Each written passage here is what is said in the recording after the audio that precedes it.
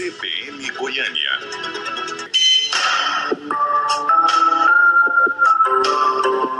Guia de Saúde.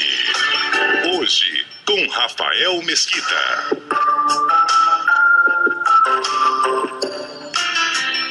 10h50, voltamos com o nosso quadro Guia de Saúde de hoje, falando sobre depressão. E nós estávamos conversando aqui no intervalo, Jorge, a respeito da questão do tratamento. Então, a pergunta da Daniele, do Setor Oeste, perguntando se existe o tratamento para depressão e perguntando se o tratamento da depressão dura quanto tempo, ou ele deve ser um tratamento constante. Bom, Daniele, existe o tratamento sim. Hoje o nosso protocolo básico, ele envolve 3 grandes áreas. Primeiro, medicação. É fundamental o paciente estar passando por um tratamento medicamentoso, que hoje não é feito só pelo psiquiatra. Hoje a gente vê cardiologista, endocrinologista, pneumo, neurologista. Por quê? Tá? Quando você tem uma epidemia na sociedade, não adianta você querer só que o especialista lide com isso. Hoje o clínico geral normalmente atende mais casos de depressão, porque é muita gente para pouco profissional. Esse é um fato social. Infelizmente acaba acontecendo demais hoje na nossa sociedade. Então a primeira parte do tratamento é a medicação. A segunda parte é uma psicoterapia. Você tem que fazer uma análise ou fazer uma terapia que mude a sua estrutura do inconsciente. O que isso quer dizer? Transformação de vida. Tá? Porque existem N fatores, o tratamento ele é individualizado. A gente tem que entender na história de vida do paciente o que gerou essa depressão. O que é? A pessoa, ela ficou fragilizada por que motivo? E desarticular isso, tem que trabalhar isso. Entender os traumas que ela teve, entender a história de vida dela. Às vezes tem alguns rompimentos aí muito significativos. Citando um exemplo, por exemplo, não foi raro acontecer aí no passado, pessoas que tinham uma ideologia partidária muito forte, aquela pessoa que era de esquerda radical, e com a bagunça que aconteceu no país, entraram em surto de depressão. Por quê? Ela dedicou a vida para um determinado partido a vida inteira. 20 anos de combate ali. Então você vê que o rompimento ideológico, às vezes a decepção com uma determinada igreja, essa coisa que as pessoas têm, às vezes até um pouquinho de radicalismo, isso gera depressão. Estou citando aqui um exemplo. Outro exemplo, por exemplo, crises afetivas. Tem muita gente que entra em depressão porque rompe, separa, perde o namorado, ou tinha uma expectativa, por exemplo, eu vou casar, minha vida vai ser perfeita, tem aquela fantasia toda e de repente, quando casa, passa para dentro da casa, começa a perceber que a vida real é muito diferente da vida da fantasia. E o terceiro grande fator que também gera que a psicoterapia ajuda demais é a compreensão de certos fenômenos que acontecem. Tem muita gente que entra em depressão por causa de doença. Por exemplo, a pessoa descobre que ela está com diabetes, ou que está com uma outra doença autoimune grave, um lúpus. Então ela entra em depressão, porque fala, poxa, eu não tinha isso. E o terceiro ponto, só para encerrar aqui para os nossos ouvintes, é a atividade física.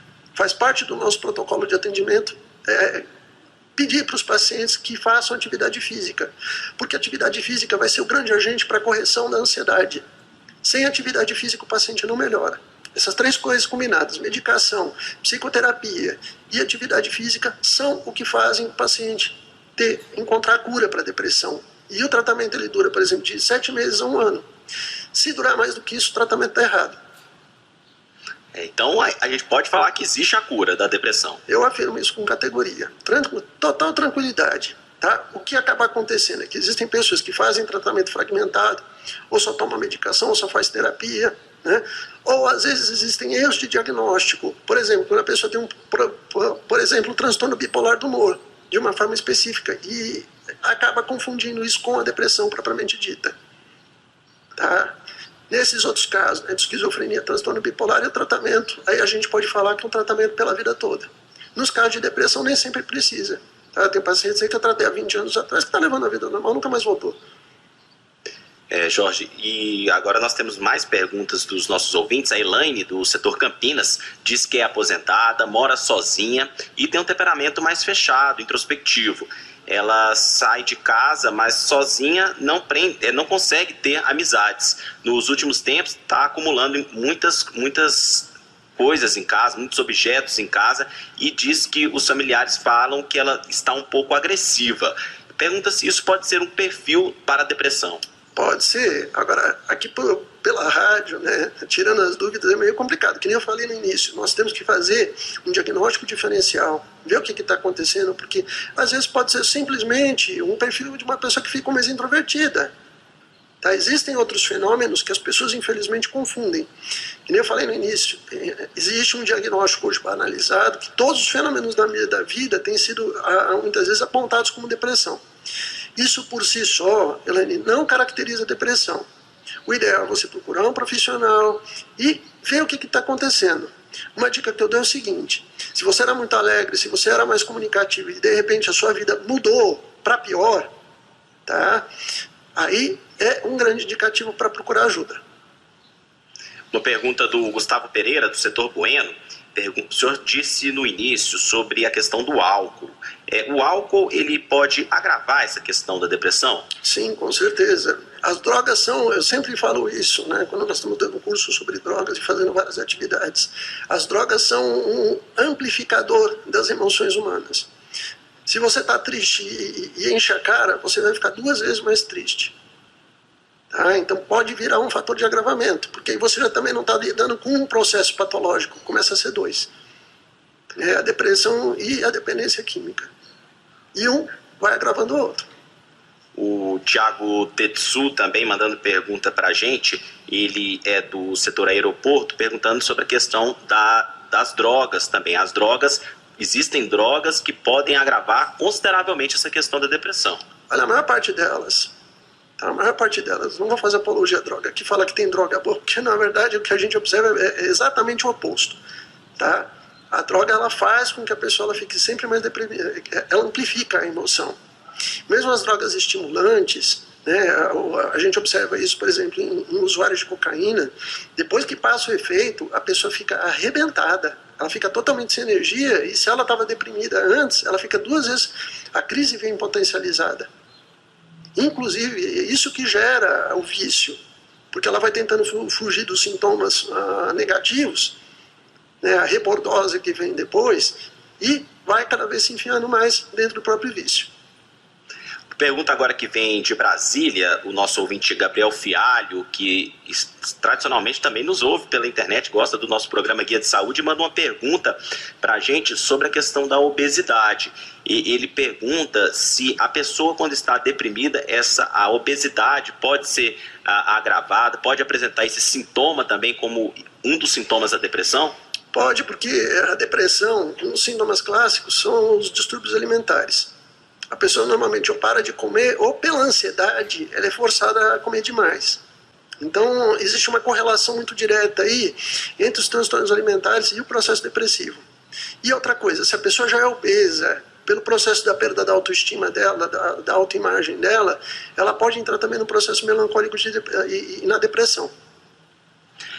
Como que lidar com a questão da morte, da perda de alguém muito próximo, Jorge? Isso, inclusive, se não for bem cuidado, bem tratado, pode levar também a uma depressão? Pode. A morte é uma situação inexorável da nossa vida. Todos nós um dia vamos perder uma pessoa querida. Isso é um fato da vida. Não tem como fugir disso. Quando eu falei lá atrás que um dos problemas da nossa sociedade atual é o materialismo, quanto mais materialista for a pessoa, menos ela vai integrar a condição da morte. Então, a morte, o que é normal hoje, em média? Isso é uma média, logicamente que depende muito do investimento afetivo que a pessoa tem. As pessoas mais apegadas, umas nas outras, elas têm muito mais dificuldade de aceitar a morte. Eu tive vários casos aí, ao longo desses anos tratando. Os piores casos de morte é quando a morte é repentina e é inesperada. Há alguns anos eu tratei de uma paciente que ela perdeu num acidente de carro. E bem, a mulher ficou em casa fazendo comida.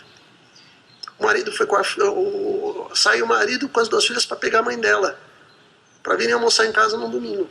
Ela perdeu numa tacada, num acidente de carro. O marido, que ela amava muito, a mãe e as 2 filhas.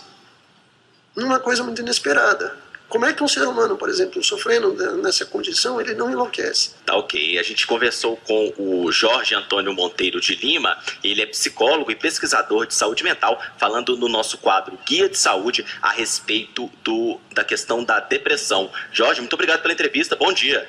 Nós que agradecemos e sempre falar para os ouvintes, Senhores, duas coisas que eu queria pedir, deixar aqui para a nossa sociedade. Primeiro, acreditem, depressão tem cura. Segundo, se você está sofrendo com a depressão, né, se você está tomando remédio e não está melhorando, exija resultados. Nós não podemos ficar coniventes com uma situação onde você está se tratando para piorar. Né? Nós temos que pensar positivo, tentar andar para frente. Tá ok, muito obrigado. São 11 horas em Goiânia. CBN Goiânia.